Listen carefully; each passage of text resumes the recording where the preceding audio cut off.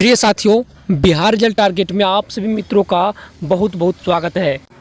आज का क्लास आप सभी मित्रों के लिए बेहद खास है, क्योंकि आज की क्लास में हम लोग हिंदी से मैट्रिक परीक्षा में जो क्वेश्चन 1 मार्क्स के पूछे जाएंगे उन प्रश्नों को हम लोग जो है ध्यान से पढ़ेंगे। और आप लोग इस वीडियो में आप लोग को एक इम्पोर्टेंट बात बताना चाहूँगा कि इस क्लास में हम जितने भी प्रश्न बताएंगे, 50 टोटल प्रश्न बताएंगे, वो सभी प्रश्न जो है आपके बुक से गिन चुन कर निकाले गए प्रश्न है। इसीलिए आप लोग इस क्लास को पूरा ज़रूर कीजिएगा। 14-15 मिनट का क्लास है और आपको इस क्लास से जो है 15 मार्क्स के क्वेश्चन ऑब्जेक्टिव 1 मार्क्स के पूछे जाएंगे, ठीक ना। तो चलिए हम लोग जो है बढ़ते हैं नेक्स्ट क्लास वाली वीडियो की ओर और चालू करते हैं क्लास को। आप लोग अगर थोड़ा सा भी पढ़े होंगे तो सभी प्रश्नों का उत्तर जो है कमेंट में करने का ज़्यादा से ज़्यादा कोशिश कीजिएगा।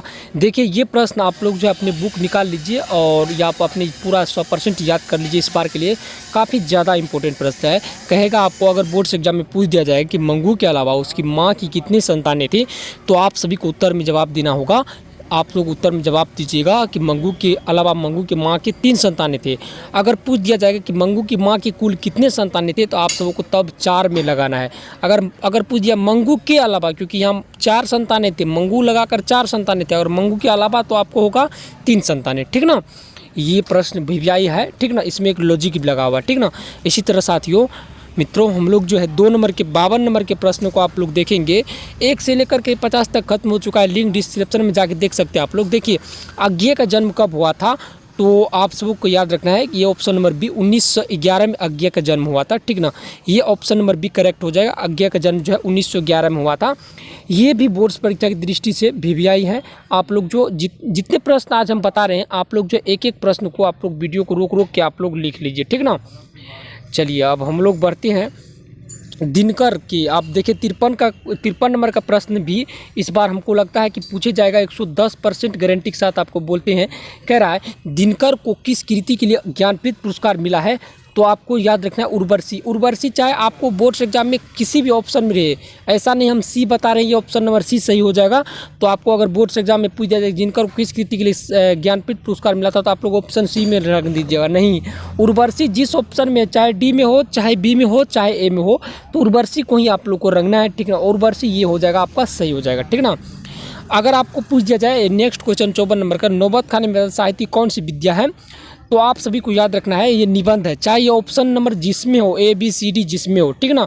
अधिकतर ऑनलाइन क्लास के विद्यार्थी फॉल्स इसलिए हो जाते हैं क्योंकि बहुत सारे स्टूडेंट को लगता है कि हम वो ऑप्शन को ही याद कर लेते ए बी सी, ठीक ना। नहीं, ऑप्शन को याद नहीं करना, आपको क्या है वो याद करना, चाहे वो ऑप्शन चाहे जो में। नौबत खान में कौन सी है, ये साहित्य कौन सी विद्या निबंध है। ये भी आपको एक्सपर्ट टीचर द्वारा ये निकाले गए PDF है, और ये बोर्ड परीक्षा की दृष्टि से काफ़ी ज़्यादा शानदार प्रश्न है और इम्पोर्टेंट है, ठीक ना। इसको भी आप लोग याद कर लीजिए। इसी तरह हम लोग जो है अब बढ़ते हैं 55 नंबर प्रश्न की ओर। 55 नंबर के प्रश्न भी आप लोग देख सकते हैं यहाँ। ये 55 नंबर के प्रश्न काफ़ी ज़्यादा शानदार है, और ये इस बार की लगता है कि हमको, ये भी आपको हम बता रहे हैं कि इस क्लास के सारे प्रश्न वीवीआई है, ठीक ना। तो आप लोग देख सकते हैं पंडित बिरजू महाराज लखनऊ घराने किस पीढ़ी के कलाकार है, तो आपको याद रखना है पंडित बिरजू महाराज जो लखनऊ घराने के 7वें पीढ़ी के कलाकार है। ऐसे ही प्रश्न आपको मैट्रिक बोर्ड्स परीक्षा में पूछे जाएंगे और सभी बार पूछे जाते हैं, ठीक ना। इससे इंपॉर्टेंट आपको कहीं भी क्वेश्चन नहीं मिलेगा, ठीक ना। पंडित बिरजू महाराज लखनऊ घराने की किस पीढ़ी के कलाकार है, तो आपको याद रखना है 7वें पीढ़ी के कलाकार। अगर पूछ रहेगा पंडित बिरजू महाराज किस घराने के कलाकार है, तो आपको याद रखना है लखनऊ घराने के कलाकार है, ठीक ना। अब देखिए, सीता के बेटों ने सीता को कितने रुपये माहवारी खर्च देने का निर्णय लिया था, तो आपको याद रखना है ये 50 रुपये, ऑप्शन नंबर ए इसका सही हो जाएगा, करेक्ट, ठीक ना। इसी तरह हम लोग बढ़ते हैं 57 नंबर प्रश्न की ओर। देखिए, आपको हम बता रहे हैं कि ये प्रश्न जो है ये बोर्ड परीक्षा एग्जाम की दृष्टि से बहुत वीवीआई है, क्योंकि इस प्रश्न में जो है सभी बार स्टूडेंट फंस जाते। कह रहा उत्तर भारत से नागरी लिपि के लेख कब से मिलने लगे हैं, यानी नॉर्थ इंडिया से। तो आपको नॉर्थ इंडिया पूछेगा तो 4था सदी याद रखना है। अपने हाथ की 4 ये दिशाएं 4 होती हैं, तो आपको जो है 4था सदी लिखना है। अगर उत्तर भारत पूछ दिया जाए, जिस भारत में हम लोग रहते हैं, उत्तरी भारत में, ठीक ना, ये उत्तरी भारत पूछ दिया जाए, और ठीक ना, अगर दक्षिणी भारत पूछ दिया जाए तो आपको जो है 10वीं सदी याद रखना है, 11वीं सदी, ठीक ना। अब देखिए, ये पर कितने रुपये खर्च की चोरी का इल्ज़ाम लगा था? ये तो सबको पता होगा, क्योंकि इंटरेस्ट वाला ये कहानी है। कहानी ज़्यादातर प्रश्न याद रखते हैं, निबंध वाला एग्जाम में ज़्यादा पूछे जाते हैं, ठीक ना। 11 रुपये। अब आते हैं नेक्स्ट क्वेश्चन 59 नंबर के। कह रहा है अगर आपको एग्जाम में पूछ दिया जाए साथियों कि भारत माता ग्रामवासिनी भारत का कैसा चित्र प्रस्तुत किया गया है, तो आपको याद रखना है ये काल्पनिक प्रस्तुत किया गया, ठीक ना। ऑप्शन नंबर बी हो जाएगा, ठीक ना। अब आते हैं ये 60 नंबर का क्वेश्चन। कर जातीय अस्मिता की दृष्टि से इतिहास का प्रवाह कैसा है? विच्छिन्न और अविच्छिन्न दोनों होगा। ऑप्शन नंबर इसका सी करेक्ट हो जाएगा, ठीक ना। देखिए आप अभी तक आप लोग जो है टेलीग्राम ज्वाइन नहीं किए थे, लिंक जो है डिस्क्रिप्शन में, वीडियो की डिस्क्रिप्शन में है। आप जो है वहाँ से जा करके जो है टेलीग्राम को ज्वाइन कर लीजिए, ताकि बोर्ड्स एग्जाम से रिलेटेड सभी पल के अपडेट आपको जो है पढ़ाई से रिलेटेड या फिर सभी प्रकार का अपडेट आपको मिलता रहेगा, ठीक ना। अब हम लोग बढ़ते हैं 61 नंबर प्रश्न की ओर। 61 नंबर के प्रश्न आप लोग देख सकते हैं यहाँ पे। कह रहा है प्रत्यय का संधि विच्छेद क्या होगा? क्या प्रतिजोड़ आय हो जाएगा? ऑप्शन नंबर इसका हो जाएगा ये प्रति प्लस आय हो जाएगा। ये ऑप्शन नंबर हो जाएगा 20 का करेक्ट, ठीक ना। देवेश का संधि प्लस क्या होगा? तो देव प्लस इस, देखना इस ऑप्शन नंबर ए हो जाएगा इसका करेक्ट, ठीक ना। साथियों अब हम लोग बढ़ते हैं। देखिए देव प्लस इस, ये बड़ा वाला जो है ये हर्षेयी है, ये दीर्घेयी है, ठीक ना। दीर्घेयी प्लस तालम स। अत्युक्ति में किन किन वर्णों की संधि हुई है?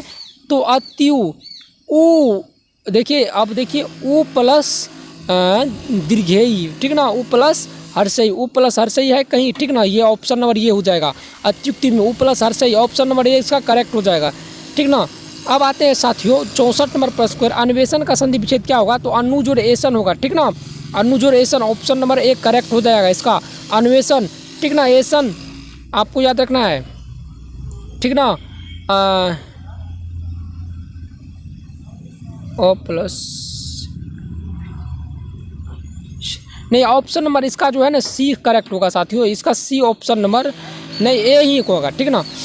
अब देखिए आता है, देखिए कह रहा है स्वागत का संधि विच्छेद क्या होगा? तो सु प्लस आगत, ऑप्शन नंबर डी इसका करेक्ट हो जाएगा, ठीक ना। सु प्लस आगत, ऑप्शन नंबर डी करेक्ट हो जाएगा। अब गिरिंद्र में किन किन वर्गों की संधि हुआ है?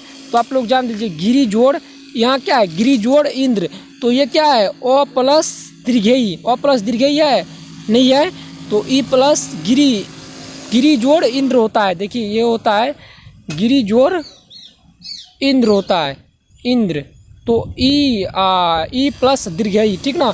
ई प्लस दीर्घेयी है कहीं, हाँ ये ऑप्शन नंबर डी हो जाएगा इसका करेक्ट आंसर, ठीक ना। आप लोग को आज हम पूरी अच्छी तरीक़ा से बता रहे हैं, आप लोग ज़्यादा से ज़्यादा कोशिश कीजिए सब क्लास को आज पूरा करने का, ठीक ना। अब देखिए नयन का संधि विच्छेद क्या होगा? ने प्लस अन होगा, ने प्लस अन कहीं है, ये ऑप्शन नंबर सी हो जाएगा, ठीक ना। ने प्लस अन, आप लोग इसको याद कर लीजिए। अब देखिए कह रहा है खिचड़ी कैसा शब्द है? तो खिचड़ी जो है देशज शब्द है, आपको याद रखना है खिचड़ी, ठीक ना। ऑप्शन नंबर सी का करेक्ट। खेत किस प्रकार का शब्द है? तो ये भी एक देशज शब्द है, ऑप्शन नंबर ए हो जाएगा। अब आता है 70 नंबर प्रश्न। कह रहे हैं ठोस किस प्रकार के शब्द है? तो ठोस भी एक देशज शब्द है, ऑप्शन नंबर ए हो जाएगा।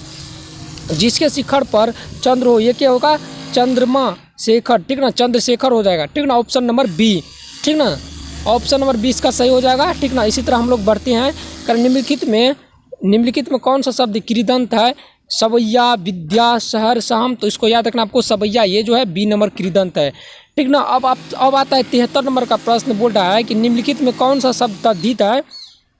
तो फांसी, तड़ा, गठरी और बुलावा, ठीक ना। खांसी, तड़ा, गठरी, बुलावा, तो आपको याद रखना गठरी, ऑप्शन नंबर सी जो है ये अविकारी है, ठीक ना। अब आता है नायक में किन किन वर्गों की संधि हुई? नायक में ने प्लस अक, ठीक ना। ने प्लस अक, तो ने ए प्लस ने प्लस अक होता है ये नायक का, ठीक ना। तो इसका ऑप्शन नंबर आपको सही हो जाएगा, तो ऑप्शन नंबर ए इसका सही हो जाएगा, ठीक ना। ने प्लस अक। अब बीच के दांत कैसा कहानी है? तो आपको याद रखना ये मनोवैज्ञानिक कहानी है, ठीक ना। ऑप्शन नंबर डी हो जाएगा इसका करेक्ट आंसर। अब देखिए आता है 76 नंबर का प्रश्न। कह रहा है 20 के दांत समाज के किस वर्ग की मानसिकता उजागर करती है?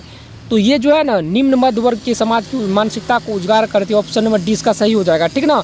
साथियों आप लोग को हम बता रहे हैं, तो आप लोग जो है सभी प्रश्न वीवीआई है, सब वीवीआई है। अब देखिए फ्रेडरिक मैक्स मुलर किस पाठ की रचिता है? तो आपको याद रखना ये जो है हम भारत से हम क्या सीखे की रचिता है, ऑप्शन नंबर सी इसका करेक्ट हो जाएगा। अब देखिए मैक्स मुलर कहाँ के रहने वाले थे? ये प्रश्न बोर्ड परीक्षा की दृष्टि से वीवीआई है, ठीक ना। ये प्रश्न बोर्ड परीक्षा की दृष्टि से वीवीआई है, तो आपको याद रखना है ये अमेरिका जर्मनी के रहने वाले थे, ऑप्शन नंबर 20 सही हो जाएगा। अब आता है सबसे इम्पोर्टेंट प्रश्न, ये छोटा प्रश्न है मगर बोर्ड्स एग्जाम के कई बार पूछे गए हैं। दिल्ली मैंने भारत कहाँ बसता है, तो आपको याद रखना गाँव में बसता है, ठीक ना।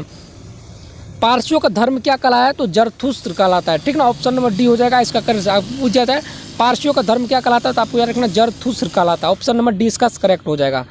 अब हम लोग बढ़ते हैं 81 नंबर क्वेश्चन को।